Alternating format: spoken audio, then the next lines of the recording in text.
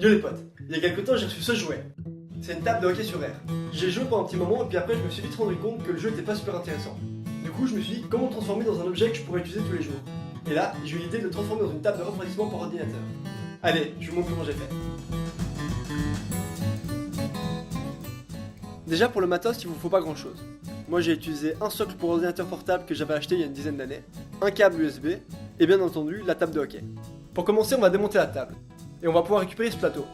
On peut voir qu'à l'arrière de ce plateau, il y a un petit ventilateur qui fonctionne avec un moteur à courant continu. Ensuite, on va pouvoir travailler sur le socle. D'abord, on va creuser un espace pour le ventilateur, et une petite encoche pour pouvoir laisser passer le câble.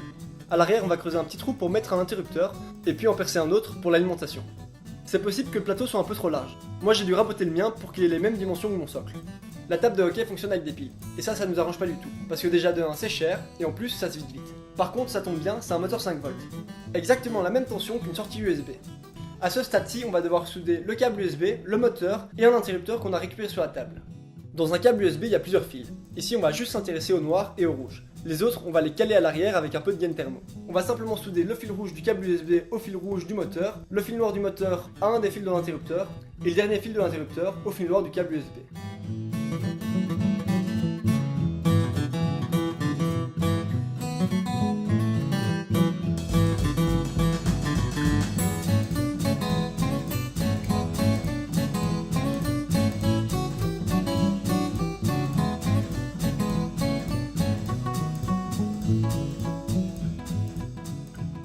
Enfin, la dernière chose à faire, c'est de coller le plateau au socle. Pour ça, j'ai simplement utilisé du double face.